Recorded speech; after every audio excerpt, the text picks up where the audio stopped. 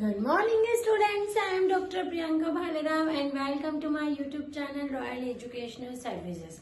जैसे कि अभी हम 10th क्लास के third chapter linear equation of two variable जो है उस पे बात कर रहे हैं, pair of linear equations of two variable.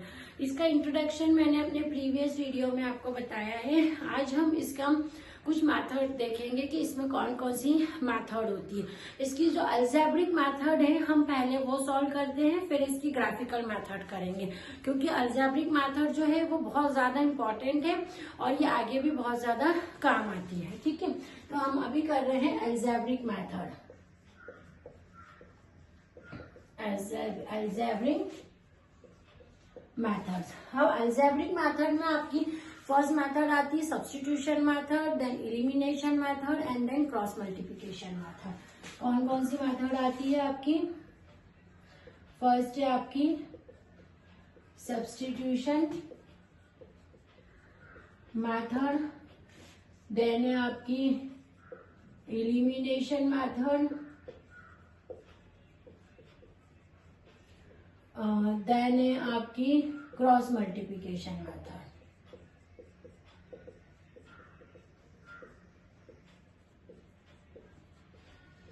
ये तीनों मेथड जो है हमको यहाँ सीखनी है और एक बार आप यहाँ पर इसको सीख जाते हैं 10th क्लास में, जब आपका बेस बन जाता है तो इस टाइप की कोई भी जो इक्वेशन है आप उनको किसी भी मेथड से सॉल्व कर सकते हैं। ठीक है, ज्यादा जो यूज होती है वो आपकी एलिमिनेशन मेथड यूज होती है, क्योंकि वो ज्यादा सरल भी रहती है और करने में भी उसको बहुत जल्दी से हो जाती है, क्विक मेथड है। ठीक है, पर हम वन बाय वन मेथड देखेंगे। पहले हम सब्स्टिट्यूशन मेथड का क्वेश्चन देख लेते हैं। डायरेक्ट क्वेश्चन से आपको समझ में आ जाएगा कि किस तरह से आपको ये अप्लाई करना है। तो क्वेश्चन है आपका, क्वेश्चन 1 है इसका, solve the following pair of equation by solve the following pairs of equation by substitution method. इसमें है ना मेथड का नाम लिखा रहता है, यदि नहीं लिखा है तो आप किसी भी मेथड से इक्वेशंस को सॉल्व कर सकते हैं। ठीक है, यदि मेंशन है तो वही पर्टिकुलर मेथड से आपको सॉल्व करेंगे तो नंबर मिलेंगे। ठीक है, यहाँ लिखा है सब्स्टिट्यूशन मेथड से आपको इक्वेशन सॉल्व करनी है। इक्वेशन देके रखी है आपको 7x - 15y = 2 और दूसरी इक्वेशन आपको देके रखी है x + 2y = 3, है ना। तो ये दोनों इक्वेशन को हमको सब्स्टिट्यूशन मेथड से सॉल्व करना है। तो सबसे पहले हम क्या करते हैं, सॉल्यूशन है ना, गिवन इक्वेशन लिखिए। कौन सी है? 7x - 15y = 2 and x + 2y = 3। इसको इक्वेशन नंबर 1 बोलिए और इसको इक्वेशन नंबर 2 बोलिए। ठीक है, इक्वेशन नंबर 1 है, इक्वेशन नंबर 2 है। अब हम क्या करते हैं, सब्स्टिट्यूशन मेथड कर रहे हैं ना, तो इन दोनों में से देखिए ऐसा कोई रूल नहीं है कि मैं फर्स्ट से वैल्यू निकालूं या फिर मैं सेकेंड से किसी एक वेरिएबल की वैल्यू निकालूं। वैल्यू उस इक्वेशन से निकाली जाती है जो कि जिससे इजीली निकल जाए, है ना। अब यदि मैं यहाँ से मान लो x की वैल्यू निकालती हूँ इक्वेशन नंबर 1 से, तो 7 डिविजिबल में आएगा, है ना। ऐसे तो आने दो, कोई दिक्कत नहीं है।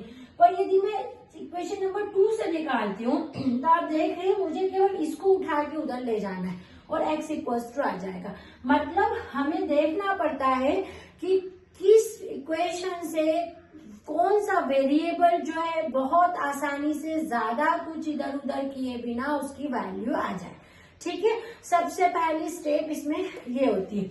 यहां मैंने देखा इक्वेशन नंबर 2, तो हम क्या लिखेंगे, we find value of x from equation number 2। Equation number 2 से x की वैल्यू निकाल लीजिए, इसको इधर ले जाइए, ये यहाँ प्लस का है, इक्वल के उधर जाएगा तो 3, ये x की वैल्यू निकाल रहे हो, ये प्लस का है तो ये इधर जाएगा तो ये माइनस हो जाएगा, 3 - 2y। ठीक है, आपने x की वैल्यू निकाली, क्योंकि इस वाली इक्वेशन से निकल सकती थी। मैंने क्या कहा, कोई नियम नहीं है कि मैंने 2 से निकाली है तो आपको भी उससे ही करना, फर्स्ट से भी निकाल सकते, ठीक है।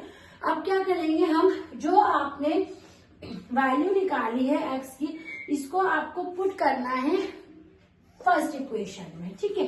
अगर आप फर्स्ट से निकालते हैं तो सेकेंड में पुट कीजिए, यदि आप सेकेंड से निकालते हैं तो फर्स्ट में पुट कीजिए। यहां लिखना पड़ेगा put value of x in equation number first, है ना।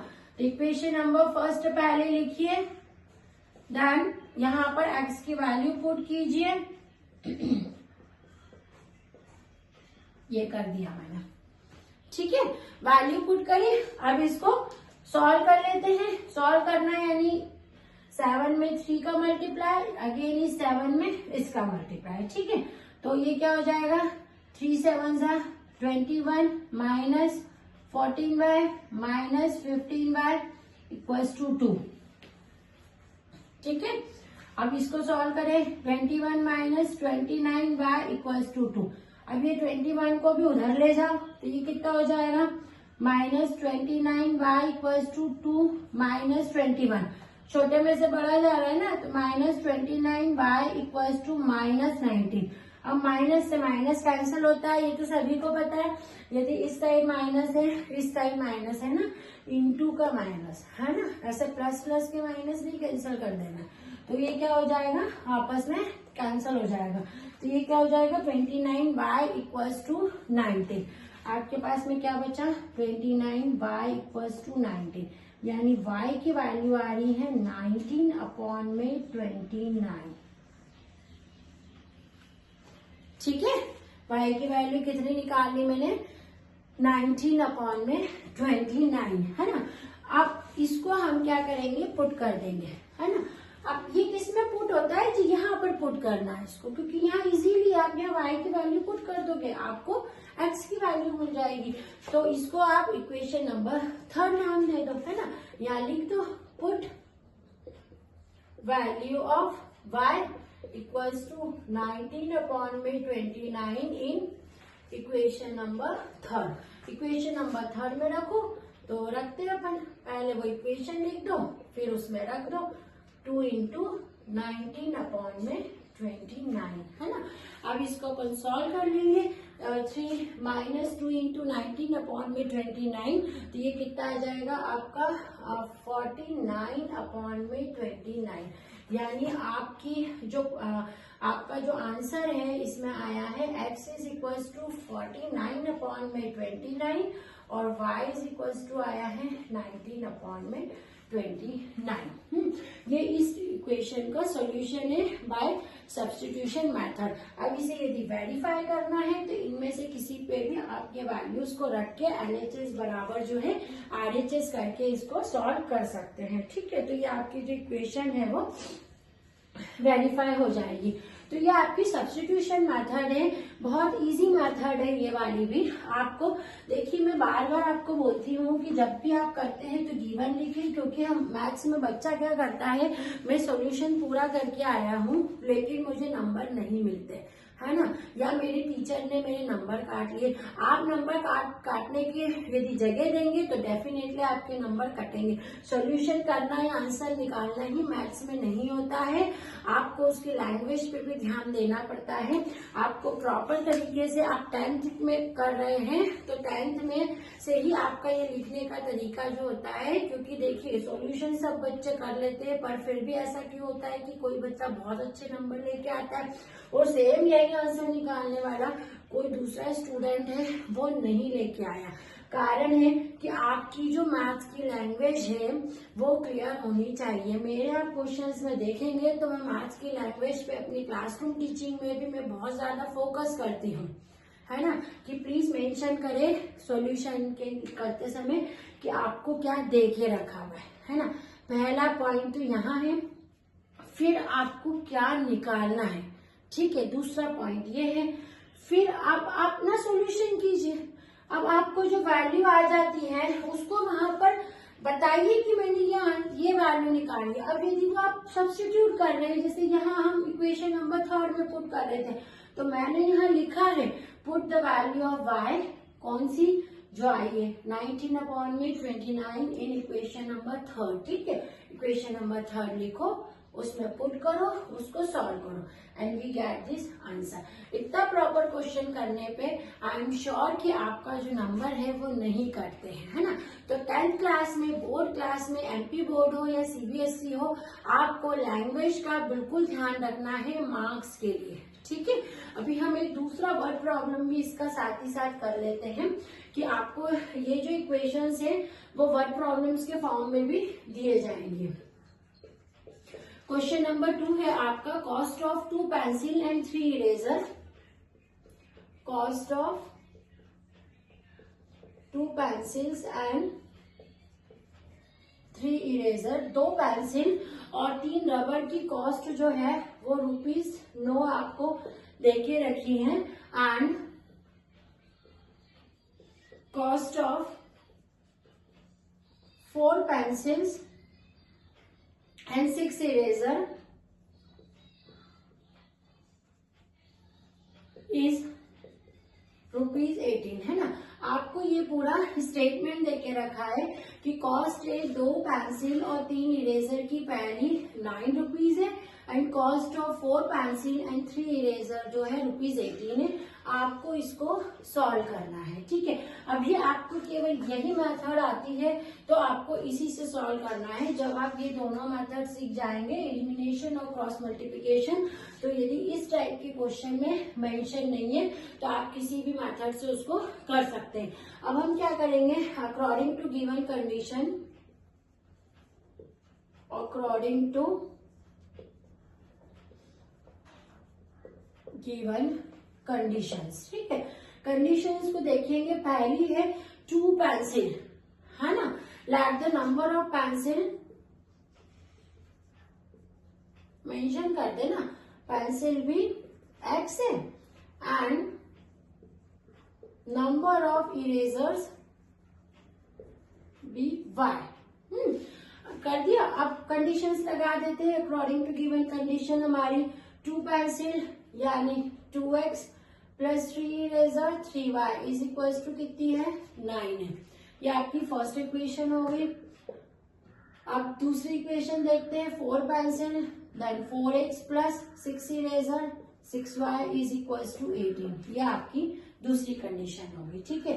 This one is equation number 1 and this is equation number 2, है ना। अब on solving equation first and second, अब इसमें अपन ये देखते हैं कि भैया किससे आपको इजीली आपकी वैल्यू निकल रही। यहाँ तो दोनों एक जैसे ही है, किसी से भी निकाल लो, इससे ही निकाल लेते हैं हम x की वैल्यू, फर्स्ट वाली से निकाल लेते हैं, है ना। तो फाइंड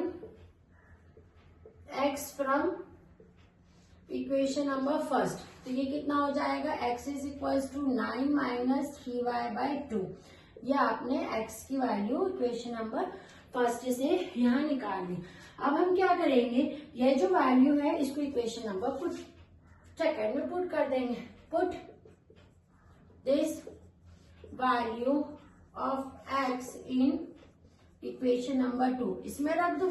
तो 4 into 9 minus 3y/2 plus 6y is equal to 18, ठीक है।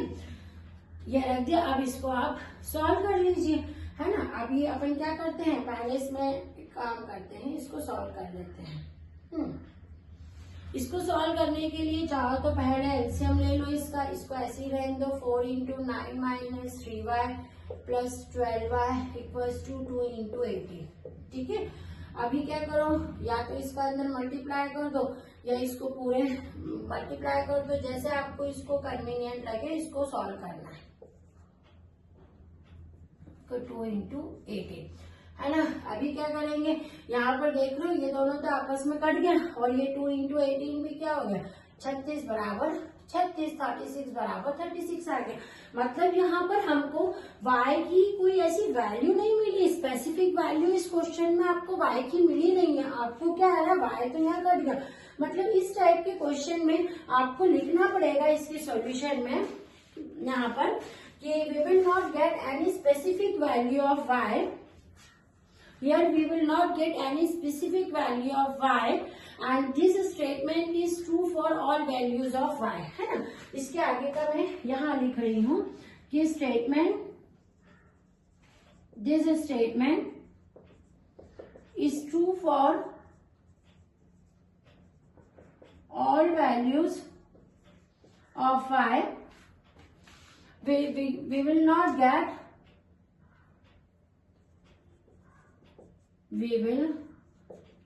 get any specific value of y। कोई मतलब y की सभी वैल्यू के लिए ये सही है, यहाँ पर कोई हमको एक स्पेसिफिक वैल्यू y की मिल नहीं रही है, इसलिए ये जो इक्वेशन है इसके इनफाइनाइटली मैनी सॉल्यूशन है। Therefore it has infinitely many solution. अब देखिए तो कोइंसिडेंटली ऐसा हुआ है कि मैंने ये क्वेश्चन लिया और आपको इस टाइप से पता चल गया कि ऐसा भी होता है कि वो वेरिएबल ही कट जाए, तो उस केस में आपको यहाँ कंफ्यूज नहीं होना है कि अभी मैं क्या करूँ, y तो कट गया, मुझे तो टीचर ने सिखाया था कि एक वेरिएबल की वैल्यू आनी है और वो मुझे उस दूसरी इक्वेशन में पुट करनी है और दूसरे की वैल्यू निकालनी है, तो ही मेरा पेयर ऑफ लीनियर इक्वेशन सही होता है। ऐसा नहीं है, ठीक है। यदि आपका इस तरह का केस कोई बनता है तो आपको ये लाइंस वहां लिखनी पड़ेगी कि ये स्टेटमेंट जो है सारी वैल्यूज के लिए y के लिए ट्रू है, हमें कोई स्पेसिफिक वैल्यू नहीं मिल रही है।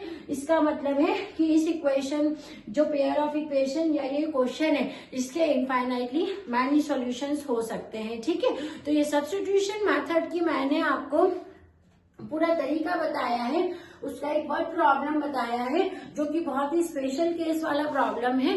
इसको आप ध्यान से नोट डाउन कर लीजिए, फिर अगले वीडियो में हम इसके और भी क्वेश्चंस करेंगे और इसकी दूसरी मेथड जो है उनको भी कवर करेंगे।